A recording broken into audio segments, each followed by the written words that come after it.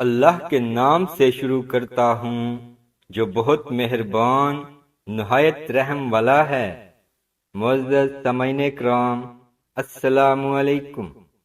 میرے نبی کریم صلی اللہ علیہ وآلہ وسلم کا فرمان عالی شان ہے کہ اللہ تبارک تعالیٰ فرماتا ہے، میں اپنے بندے کے گمان کے مطابق معاملہ کرتا ہوں، اور جب وہ مجھے یاد کرتا ہے تو میں اس کے ساتھ ہوتا ہوں۔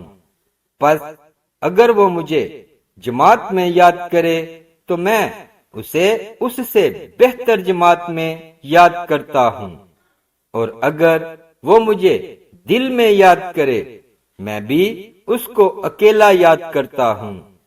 اگر وہ ایک بالش میرے قریب آتا ہے تو میری رحمت ایک ہاتھ اس کے قریب آ جاتی ہے، اور اگر وہ ایک ہاتھ میرے قریب آتا ہے تو میری رحمت دونوں بازوؤں کے پھیلاؤ کے بقدر اس کے قریب ہو جاتی ہے، اور اگر وہ چل کر میری طرف آتا ہے تو میری رحمت دوڑتی ہوئی اس کی طرف آتی ہے۔ سیدنا عبداللہ ابن عباس رضی اللہ عنہ سے روایت ہے کہ نبی کریم صلی اللہ علیہ وآلہ وسلم کا فرمان ہے، تم میں سے جو شخص رات میں عبادت کرنے سے عاجز ہو اور دشمن سے جہاد کرنے میں کمزور ہو اور مال خرچ کرنے میں کنجوس ہو تو اسے چاہیے کہ اللہ تعالیٰ کا ذکر کثرت سے کرے۔ سیدنا جابر بن عبداللہ رضی اللہ عنہ فرماتے ہیں کہ ہم مسجد نبوی میں بیٹھے ہوئے تھے کہ نبی کریم صلی اللہ علیہ وآلہ وسلم ہمارے پاس تشریف لائے اور فرمایا، اللہ تعالیٰ کے کچھ فرشتے زمین پر گھوم پھر کر ذکر کی مجلسوں میں ٹھہرتے ہیں، لہذا جب تم جنت کی کیاریاں دیکھو تو ان میں سے کچھ پھول چن لیا کرو۔ صحابہ کرام علیہم الرضوان نے عرض کی، یا رسول اللہ صلی اللہ علیہ وآلہ وسلم، جنت کی کیاریاں کیا ہیں؟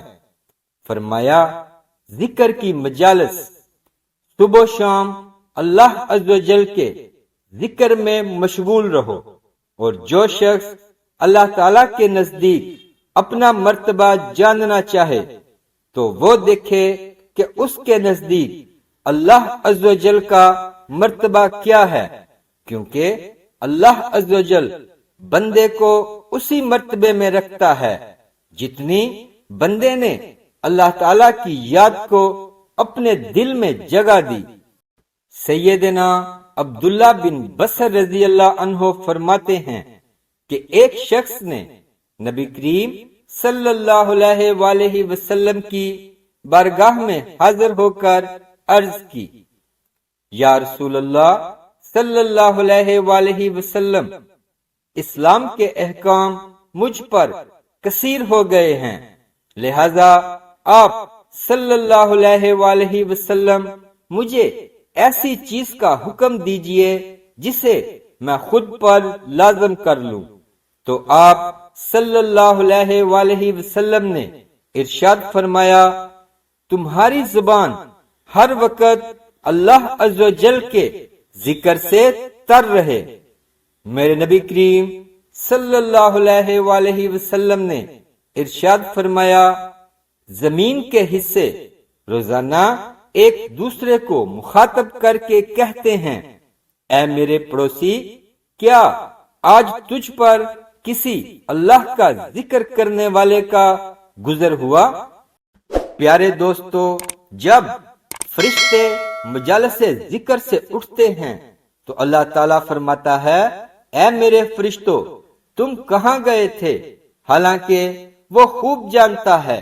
تو فرشتے عرض کرتے ہیں، اے ہمارے رب، تو خوب جانتا ہے ہم تیرے ان بندوں کے پاس تھے جو تیری پاکی بیان کر رہے تھے، تیری تقدیس بیان کرتے تھے، تیری عظمت و بزرگی بیان کر رہے تھے، تجھ سے مانگ رہے تھے، تیری بارگاہ میں استغفار کر رہے تھے اور تیری پناہ چاہتے تھے، تو اللہ تعالی دریافت فرماتا ہے، اے میرے فرشتوں، وہ کیا چیز طلب کر رہے تھے اور کس چیز سے پناہ مانگ رہے تھے؟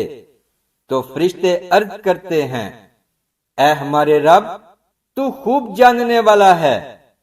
وہ جنت طلب کر رہے تھے اور جہنم سے پناہ چاہتے تھے، تو اللہ تعالی فرماتا ہے، اے فرشتوں، گواہ ہو جاؤ کہ میں نے ان کی طلب انہیں عطا فرما دی، اور جس چیز سے وہ خوف زدہ تھے اس سے انہیں امان عطا فرما دی، اور اپنی رحمت سے انہیں جنت میں داخل فرماؤں گا۔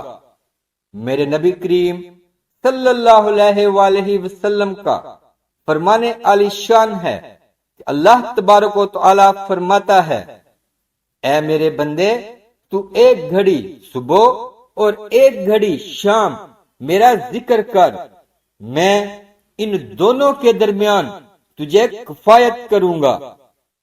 بعض آسمانی کتابوں میں ہے کہ اللہ تعالی ارشاد فرماتا ہے، اے ابن آدم، تو کتنا مجبور ہے، مجھ سے سوال کرتا ہے تو میں منع کر دیتا ہوں، کیونکہ جو تیرے حق میں بہتر ہے میں اسے جانتا ہوں۔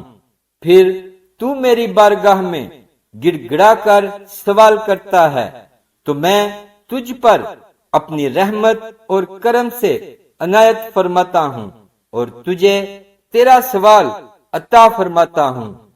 پھر تو میری عطا کردہ شے سے میری نافرمانی پر مدد مانگتا ہے تو میں تجھے ذلیل و رسوا کر دیتا ہوں۔ میں تیری کس قدر بہتری چاہتا ہوں اور تو میری کتنی نافرمانیاں کرتا ہے۔ قریب ہے کہ میں تجھ سے ایسا ناراض ہو جاؤں کہ اس کے بعد کبھی راضی نہ ہوں۔ اور بعض آسمانی کتابوں میں یہ بھی ہے کہ اللہ تعالی ارشاد فرماتا ہے، اے میرے بندے، تو کب تک میری نافرمانی کرتا رہے گا، حالانکہ میں نے تجھے اپنا رزق کھلایا اور تجھ پر احسان کیا۔ کیا میں نے تجھے اپنے دست قدرت سے پیدا نہیں فرمایا؟ کیا میں نے تجھ میں روح نہیں پھونکی؟ کیا تو نہیں جانتا کہ میں اپنی اطاعت کرنے والوں کے ساتھ کیسا معاملہ فرماتا ہوں اور اپنی نافرمانی کرنے والوں کی کیسی گرفت فرماتا ہوں؟ کیا تجھے حیا نہیں آتی کہ مصائب میں مجھے یاد کرتا ہے مگر خوشحالی میں بھول جاتا ہے؟